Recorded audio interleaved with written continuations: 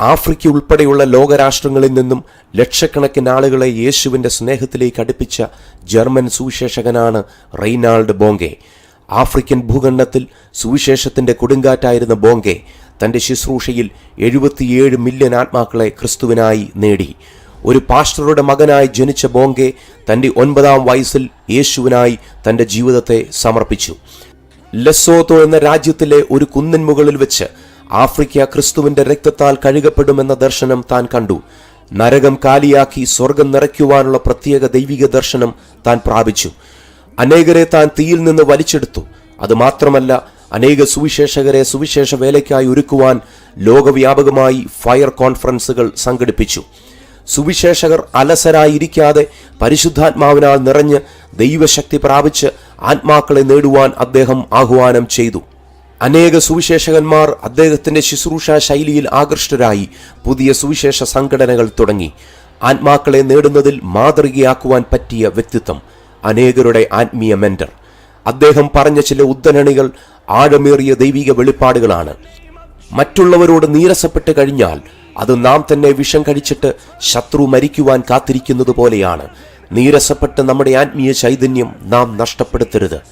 നാം ദൈവാലോചന അനുസരിച്ച് ചിലതിൻ്റെ വേര് പിഴുതുമാറ്റുമ്പോൾ വേദനയോ നഷ്ടബോധമോ ഉണ്ടാകരുത്. വരുവാനുള്ള നല്ല നാളേക്കായുള്ള പ്രതീക്ഷകളാണ് അപ്പോൾ നമുക്ക് ആവശ്യം. നിങ്ങൾക്ക് തന്നെ അനുഭവമായുള്ള ചെറുതും വലുതുമായുള്ള വിശ്വാസത്തിന്റെ അനുഭവ സാക്ഷ്യങ്ങളുണ്ട്. നീ ആ സാക്ഷ്യങ്ങൾ ഓർക്കണം, എണ്ണണം, ഉരുവിടണം, ആഘോഷിക്കണം.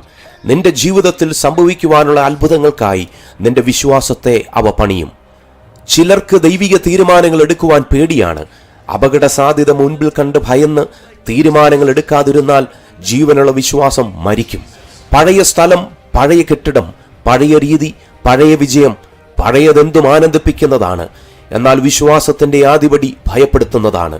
ദൈവത്തിന്റെ ശക്തിയിലുള്ള പൂർണ്ണാശ്രയം കൊണ്ട് മാത്രമേ നമുക്ക് വിശ്വാസ ജീവിതം നയിക്കുവാൻ സാധ്യമാകൂ. ദൈവം അയക്കുന്ന ഇടത്ത് നാം സുവിശേഷ വേല ചെയ്യണം. ആരെങ്കിലും പിടിച്ചേൽപ്പിച്ചതുകൊണ്ടോ സ്വാർത്ഥ കാര്യങ്ങൾക്കായോ കർത്താവിനെ സേവിക്കരുത്. ദൈവം പറയുന്നത് കേൾക്കണം. ദൈവം അരുളി ചെയ്യുന്നത് പ്രസംഗിക്കണം.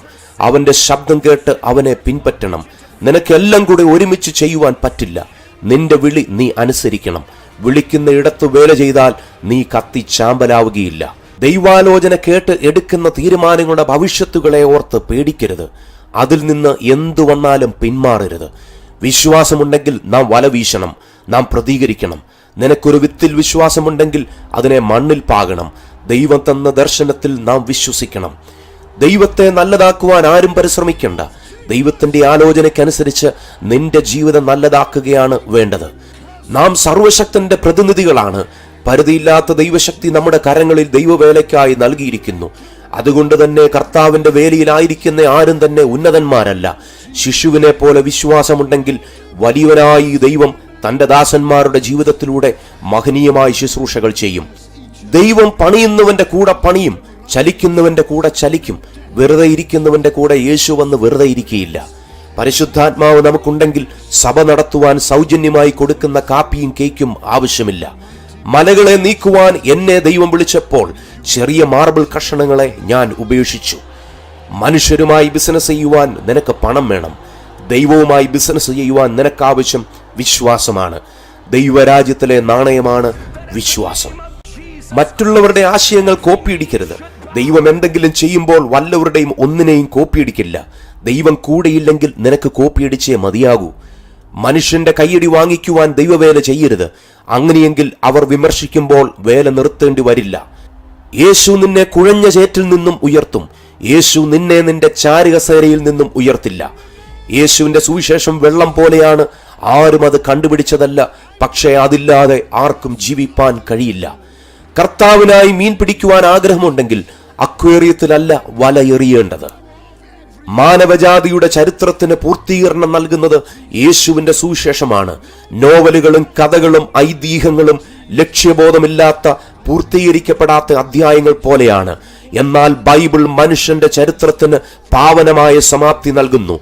ഭൂമിയിൽ നടക്കുന്ന സകല സംഭവങ്ങളെയും കൃത്യമായി കോർത്തിണക്കി തന്റെ ഹിതപ്രകാരം ഒരു സമാപ്തി വരുത്തുന്ന സർവശക്തനായ ദൈവം, നിന്റെ വിശ്വാസത്തിന്റെ നായകനും പൂർത്തി വരുത്തുന്നതിനുമായ ദൈവത്തിന്റെ സന്നിധിയിൽ നീ മിണ്ടാതെ ഇരുന്ന് താൻ ദൈവമെന്ന് നീ അറിഞ്ഞുകൊള്ളുക. I only have one desire. I want hell empty and heaven full.